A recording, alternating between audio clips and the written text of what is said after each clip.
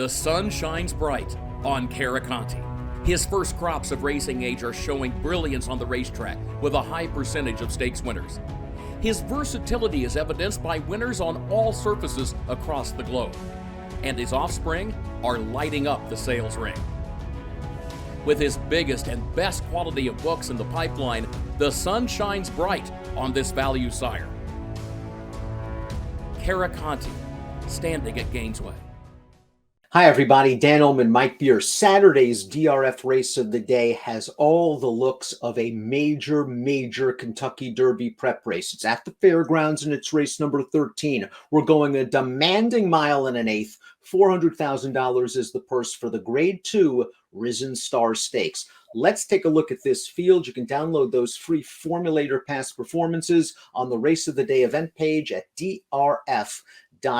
Our coverage is presented by Gainesway, home to a very exciting new stallion prospect. Spun to Run was a wow winner of the Breeders' Cup Dirt Mile. Again, had that mile ability and lots of speed. Fast son of hard spun. Mike, this is an intriguing race because two of the horses that are going to take a lot of money, the 7 Zandon, the 8 Smile Happy, these are horses making their seasonal debuts and they got to go 9 furlongs. And that's not easy. Yeah, it's not. It is sort of interesting though to get some new faces shipping in for this race though, Dan. These horses are both off of layoffs, but they're short layoffs. So I don't necessarily feel like the 9 furlongs has to be a problem for them, especially for Zandon, who just ran this distance early in December at Aqueduct and ran great. Now, a horse that has valuable recency over those two and more early speed, arguably, is the 5 Epicenter. We'll throw up the Timeform US pace projector, and the key to this race, in my opinion, is to whether this will be truly a fast pace. Epicenter went very fast when working very hard in the Lecomte, and he ran very well. If he doesn't have to work as hard to get to the frontier, he could be very tough to run down. Yeah, it's a very good point, Dan. We'll see how hard he has to work early in this race, because in the Lecomte, he actually did have to work hard just to make the lead in there. I thought he ran a great race. And, you know, to me anyway, we'll talk more about it when we get to him, but he would probably be the one I would want out of that Lecomte coming back in here. It is a much different field, though. There are some new faces in here and some good ones.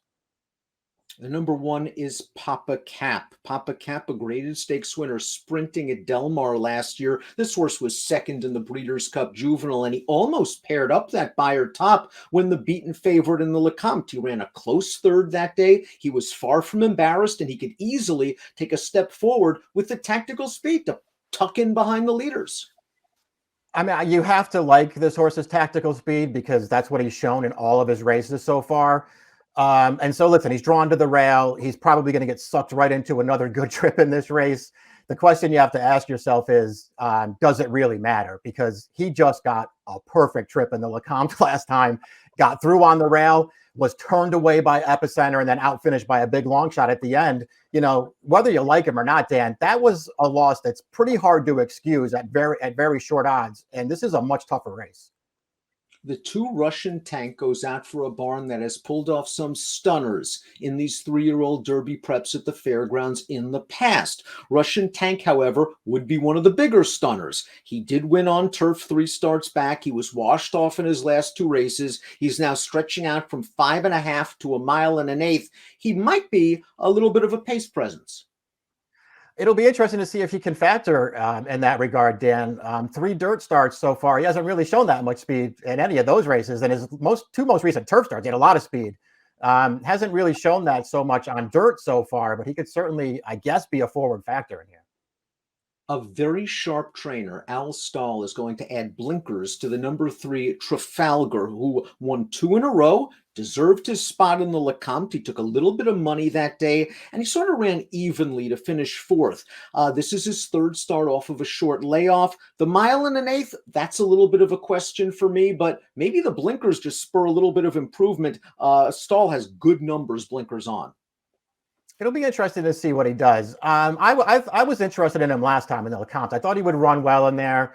I feel like overall he didn't. It wasn't terrible, but he didn't run great either. And I thought all in all, he got a pretty good trip in that race. I did like his win 2 starts back when they sort of went forward with him and put him, you know, up on the pace. And he was really game to hold on. I don't know what the blinkers mean, Dan. I would really like to see Stahl and this rider just take this horse back and make one run with him. And maybe the blinkers aren't going to lead to that kind of trip. But when he broke his maiden, he came with a huge run from off the pace. The good news about the 4 Tawny Port is that he's a perfect 2 for 2 in his career. The bad news is that both of those races came on synthetic surfaces and they're very hard to evaluate. The good news is he's trained by Brad Cox. But being trained by Brad Cox, the bad news is he might lose a tick or two on the tote board. The good news is he's bred for dirt. He's by Pioneer of the Nile. The Dam was a stakes-winning dirt sprinter. And Tawny Port has rallied from off the pace in both of his races. He should get a quick pace to attack. And one of the horses he beat last time out came back to win with a 72 buyer. Yeah, I liked both of his races at Turfway. I realized that he probably wasn't beating much either time. I just thought he looked good winning. He's a good-looking kind of horse. They paid a lot of money for him. Brad Cox has shown a little confidence here to step him right up and stretch him out to 9 furlongs in this kind of a field. Does he have to improve a lot? Yeah, he does. But I think there's some talent in here, and I just feel like he's one of those Cox horses. I mean, he has to get overlooked in the wagering here, Dan. He has to be a good price if you want to use him. Steve Asmussen sends out the 5 Epicenter, and this is a very talented son of Not This Time. He won the Gun Runner, one of the stakes races, the first stakes race sort of on the road, the Fairgrounds road to the Kentucky Derby, and then the LeCompte. I agree with you. He finished ahead of several of these horses. He did all the work on the lead. He battled it out down to the wire. He confirmed that he's a good horse, and he's got the speed to take these on the lead. Yeah, all those things are true. I mean, again, I do feel like this is a way tougher field than the LeCompte, but he's just the horse that I think you have to take out of that race. He had to work just to make the lead early in that race, and once he got clear up the backstretch, he had Papa kept sitting right behind him. That horse came up the rail at the top of the stretch. He had to duel him. Then he had to try to fight off Call Me Midnight, who just sat it out and made one run. This horse ran great last time, and I think he's a major player right back. But I did want sort of the new faces in this race. Todd Pletcher sends out the 6, Pioneer of Medina. He's 2 for 2 with blinkers. He's 2 for 2 around 2 turns on dirt. And he's got a little bit of tactical speed in his own right. He also has a win at the Fairgrounds. This is a horse, to me, Mike, has a ton of upside potential. I think he'll run all day long. Yeah, I feel that way about him too. This is not an easy spot for him to step up in class. His last 2 races are good though. 66 buyer, breaking his maiden. I thought he ran pretty well in that race. That pace was solid. He kept right up with it and was an easy winner at the end of the day there. Even last time, I mean, he stumbled pretty badly at the start, but he overcame it. He took on a couple of challenges, held everybody off to the finish. I think there's another forward move coming for this horse. I just don't know if it's going to be on Saturday.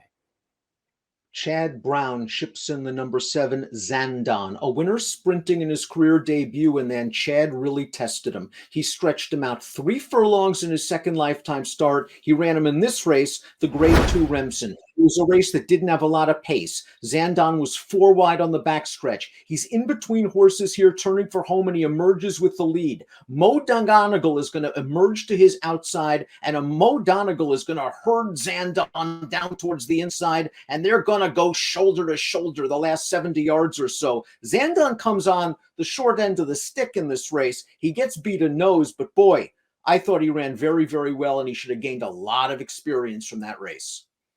I agree, because debut win going such furlongs was a really impressive win, and he obviously took a step forward in the Remsen. He got a great trip in there, just sort of sitting right up, clocking the leaders on a really slow pace, and then he got the jump on Mo Donegal. But man, was he game in the stretch there to hold on. I felt like going into the Remsen, the distance was a huge question for him, and I kind of feel like he put that question to bed a little bit, Dan. He handled the 9 furlongs really well last time. Mo Donegal, of course, came back to run a sneaky good third in the Holy Bowl with a 90 buyer speed figure in his seasonal debut. Smile, happy, likely to be the favorite in this race. A perfect 2 for 2 for Kenny McPeak. Both wins going long. Look who he beat in the Kentucky Jockey Club. He beat 3 next out graded stakes winners. He beat Away to Midnight, who came in here and beat several of these horses in the LeCompte. He beat White Abario, who earned a 97 buyer speed figure when beating Mo Donegal, who beat Zandon in the Remsen.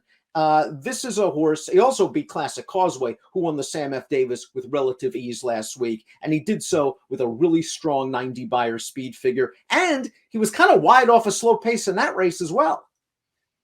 Yeah, I mean, he's, we'll see. Obviously, it feels like, with a little bit of a layoff here, and he's going to go 9 furlongs now. I guess you could say for a horse who's going to be a short price, maybe, you want to tread a little bit lightly. This horse has been super impressive at both of his starts so far. They debuted him around 2 turns at Keeneland. He absolutely buried that field from off the pace, and he was good last time. And that was an easy win against a really good field in Kentucky. He's just got to be a major player in here, a super dangerous 3-year-old going forward. Brad Cox has another one in here. It's a Calumet Farm homebred, the 9 Bodak. This is a son of Street Boss who won over the slop sprinting. Now he's going to stretch all the way out from 6 furlongs to 1 1/8. We saw Brad Cox show a stretch out winner at Oaklawn, a very impressive 3-year-old in an allowance race last week. Maybe this horse is ready to go. Some stamina on the bottom of the pedigree. Yeah, a little bit of pedigree. Boy, is this a tough race for him. He did improve, winning the second career start last month here at Fairgrounds and over a sloppy track. I thought he ran fine in there. He didn't do anything to make me want to bet him back in this race, big price or not. Slow down, Andy took the worst of it from a post position standpoint, but this horse has been in very good form in Southern California. He took down a big scalp in his first start against Open Foes. Let's watch the Grade 2, Los Alamitos Futurity back in December. There is Slow Down, Andy, on the outside. The horse he is collaring is the highly regarded Bob Baffert trainee, Messier, who is the heavy favorite in this race. And for a brief second right here, it looks like Messier is just going to come back on the rail and prove a popular winner. But Slow Down, Andy parries his thrust and continues on his way. And what flattered the form is that Messier came back to win his 3-year-old debut in the Robert B. Lewis by 15 lengths with a 103 buyer. It's a quality win the first time going long for this horse last time. He set a really nice trip in there, but he was very game. You saw him coming down the lane there, Dan, on his wrong lead for a while. He's got his head cocked towards the stands. I don't like that stuff about him. He did the same thing in his career debut. He was really impressive winning his first start, but he was doing that, looking around stuff too. I'm surprised there haven't been blinkers added to this horse yet. It's a very big win last time. I kind of want to see him do it again because in between the 2 wins, I didn't really like his Golden State Juvenile. I'm not sure that, I want to just assume that he's as good as he looked last time against this kind of a field, but there is certainly a chance that he is. Top pick time for the Risen Star. Very important Kentucky Derby prep race. We have the same exact different order. Mike's going Smile Happy over Zandon. I'm going Zandon over Smile Happy. The layoff concerning. I do respect Epicenter because he's got the recency and he could get the jump on us turning for home. I respect Epicenter too. I just sort of wanted to avoid the Lecomte horses this time, Dan. I wanted the newer faces in here. I liked everything about Smile Happy last year. So I'm happy to take him and see how he stacks up now as he makes his 3-year-old debut. I was interested in Slow Down Andy too. The tough post and the race 2 back, they sort of, kept me away from putting him on top, but I do think he could run well in here.